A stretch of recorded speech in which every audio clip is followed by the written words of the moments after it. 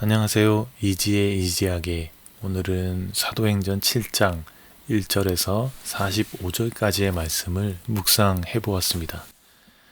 2019년에 한국에 발간되어서 베스트셀러가 된 책이 있습니다. 인간의 흑역사라는 책인데요.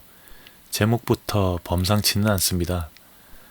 이 책의 작가인 톰 필립스는 이 책을 인간이 이를 말아먹는 재주가 얼마나 대단한지에 관한 책이라고 소개를 합니다. 근대 이후의 인류는 인간 종이 만물의 영장이라는 믿음과 휴머니즘과 계몽주의의 사상적 기반 아래 살아왔다고요. 그리고 지금은 우주를 그리고 양자를 연구하고 있는 위대한 존재로 보는데 저자는 여기에 딴지를 겁니다. 역사는 반복되고 인류는 같은 실수를 계속 반복한다고요. 게다가 그 실수가 초래한 피해의 규모와 심도는 시간이 지날수록 계속 커지고 있다고요. 일반적으로 인간과 동물의 차이가 사고 능력에 있다라고 말하지만 책을 보다 보면 정말 과연 그럴까 생각을 하게 돼요. 책을 펼치자마자 이런 말이 적혀 있습니다. 진짜 큰 바보 짓을 저질러 본 모든 사람에게 이 책을 바친다. 당신은 혼자가 아니다. 이렇게요. 인간은 한없이 위대할 수도 한없이 비루할 수도 있을 것 같습니다. 또 대단히 똑똑할 수도 그리고 대단히 멍청할 수도 있을 것 같습니다. 이 책은 후자의 측면에 집중하고 있는데요. 책에 등장하는 인간의 흑역사 중에서도 가장 경악스러웠던 그런 몇 가지를 소개를 해드리겠습니다. 첫 번째는 마오쩌둥의 참새 소탕 작전입니다. 마오쩌둥은 참새가 벼 나다를 쪼아먹기 때문에 해로운 새라고 규정을 했어요. 그리고 참새에 대한 대대적인 소탕 작전을 지시를 합니다. 그래서 노동자나 농민이나 학생들 전부 동원해가지고 최대한 많은 참새를 제거하도록 했어요. 명령이 내려진 1958년 한 해에만 약 2억 1,000마리의 참새가 소탕이 되었습니다. 중국 공산당의 지도부는 이제 참새가 제거되었으니 곡식의 수확량이 늘어날 것이다. 이렇게 예상을 했는데 결과는 정반대였죠. 참새가 천적인 그 메뚜기가 참새가 사라지니까 개체수가 늘어났어요. 그러면서 대기근이 시작된 겁니다. 물론 대기근에 영향을 미친 요인이 참새 소탕만은 아닐 수 있지만 주요한 원인 중 하나였던 것은 분명합니다. 역사적인 기근으로 인해서 사망한 사람이 당시에 약 1,500만 명에서 3,000만 명에 달한다고 합니다. 그리고 두 번째로 레오폴드 2세의 콩고 대학살 사건입니다. 벨기에의 국왕 레오폴드 2세는 콩고의 거대한 땅덩어리를 사유지화한 뒤에 원주민을 전부 동원해서 고무 생산에 열을 올렸습니다. 원주민들에게는 고무 생산의 할당량이 부과가 되었고요. 그 할당량이 지켜지지 않으면 처음에는 손을 잘랐고 다음에는 팔을 잘랐고요. 마지막에는 잔혹하게 목을 잘랐습니다. 레오폴드 2세가 콩고에 법과 질서를 전파할 문명화의 사명을 앞세웠던 것을 보면 서구 국가들의 비서구에 대한 우월적 인식이 얼마나 위험했는지를 다시 생각하게 됩니다. 문명화는 허울에 불과했고요. 실상은 착취, 고문, 학살이었죠. 콩고에서 약 1,000만 명이 넘는 인구가 학살되었다고 합니다. 이것 역시 추정치에 불과하고요. 콩고 인구가 3천만에서 900만까지 줄었다는 주장도 존재하기 때문에 학살의 규모는 훨씬 더 컸을 가능성이 있죠. 아이러니한 것은 이 모든 만행이 레오폴드 2세가 만든 자선단체에서 출발을 했다는 겁니다. 그리고 세 번째로 토머스 미젤리의 환경 파괴 사건입니다. 토머스 미젤리는 지구 역사상 환경에 가장 큰 악영향을 미친 단일 생명체라는 그런 악명을 떨치게 된 미국의 과학기술자입니다. 그는 생전에 100가지가 넘는 기술에 관한 특허를 취득을 했고요. 위대한 과학자로 칭송을 받았습니다. 그러나 현대에 이르러서는 환경 파괴의 주범으로 비난을 받고 있습니다. 왜냐하면 그는 납이 포함된 유연 휘발유 그리고 프레온가스 이 두 가지를 발명 그리고 발견하면서 인류 전체에 피해를 야기를 했어요. 납이라는 거는 유독성 물질이죠. 태아의 기형 그리고 뇌 손상의 문제를 일으키기로 유명합니다. 뛰어난 기술자인 이 사람이 이 사실을 몰랐을 리가 없겠죠. 미즐리는 의도적으로 자신이 개발한 휘발유를 에틸이라고 이름하고요. 납이 포함되었다는 사실을 은폐했습니다. 그렇게 1921년에 개발된 그의 유연 휘발유는 자동차의 노킹 문제를 해결할 수 있는 획기적인 발명품으로 칭송을 받았습니다.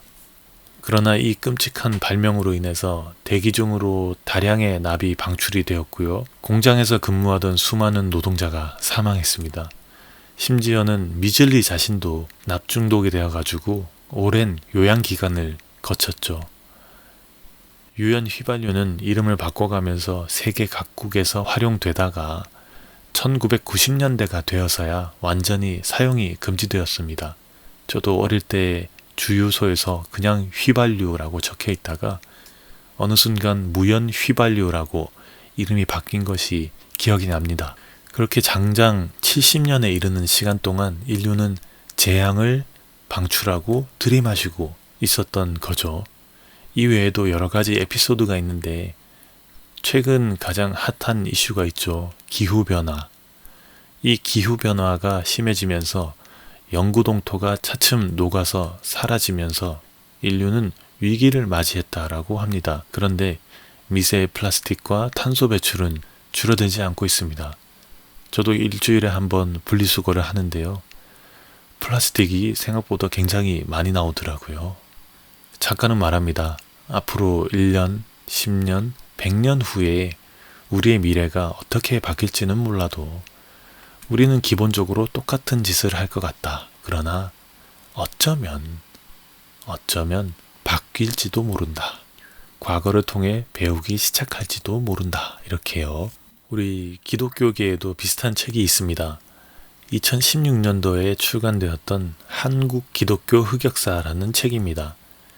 이 책의 저자인 강성호님은 기독교인인데요. 일반 역사학의 관점에서 기독교를 재평가해보는 그런 연구를 하시는 분인데 한국 기독교계에 널리 알려지지 않은 부끄러운 모습들을 이 책에 정리해 놓았습니다.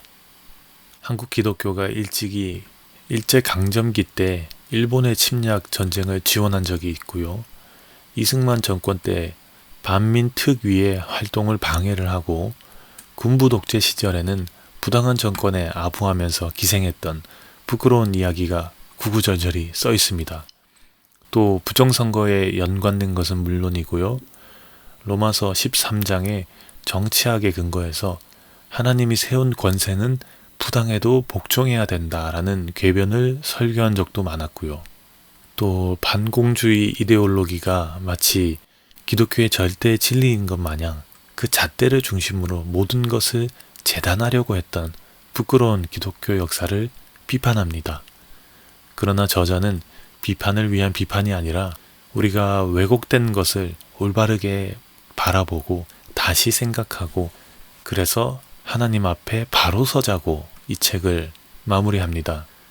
이렇게 보면 좀 분위기가 무거워지는 것 같은데 사실 성경도 전체적으로 보면 타락과 징벌과 회개와 회복 또 다시 타락 이 역사가 계속 반복이 되고 있습니다. 특히나 사사기를 보면 이 역사의 반복이 아주 역동적으로 밀도 있게 구성이 되어 있습니다. 그러면 이 성경을 통해서 우리가 바라보아야 할 것은 무엇인가 라고 했을 때 우리는 어떤 대답을 하면 좋을까요? 내년에 있을 대선 때문에 온 나라가 참 떠들썩합니다. 후보자들 진영에서는 얼마 전까지는 서로 헐뜯고 물고 아주 난리였죠. 그러면서 보수와 진보로 팔을 나눠서 정권 교체니 뭐니 말이 많습니다. 그런데 이렇게 그분들이 하는 걸 보면은 도대체 보수가 무엇이고 진보가 무엇일까를 고민하게 됩니다. 개념적으로 보자면 원리나 원칙을 잡고 지키려고 하는 게 보수이겠고요. 원리나 원칙을 깨고 창조적 사고를 하는 것이 진보라고 간단하게 이해해 볼 수 있겠습니다. 그러면 한편으로는 자신이 보수적이거나 진보적이라고 딱 잘라서 규정해 놓을 필요는 없을 것 같습니다. 왜냐하면 원리나 원칙이라는 것은 전 시대적이나 전 상황적으로 그리고 전 세대적인 통합을 이루기는 어렵죠. 모든 것은 변하기 마련이기 때문입니다. 단지 그 시대나 상황마다 필요한 부분이 있을 뿐이겠죠. 그리고 한 가지를 원리나 원칙으로 정해 놓는다고 해서 그것이 모든 통합을 이루기는 어렵겠죠. 어디든 반대는 있습니다. 순간적 보수는 가능할지언정 지속 가능한 보수는 없을 것 같습니다. 그러므로 보수적이란 일반 용어 또한 가짜에 가깝다고 말할 수 있겠습니다. 마지막으로 진정 진보라면 스스로의 사고 또한 죽을 때까지 매 순간 깨면서 창조적인 사고를 해야 됩니다. 그러나 죽을 때까지 쉬지 않고 지속 가능한 창조성은 어렵겠죠. 경험으로 인한 지식적 그리고 지혜적 한계는 분명히 존재할 거니까요. 그러므로 순간적 진보는 존재할지라도 진정 진보도 존재한다고 말하기는 어렵습니다.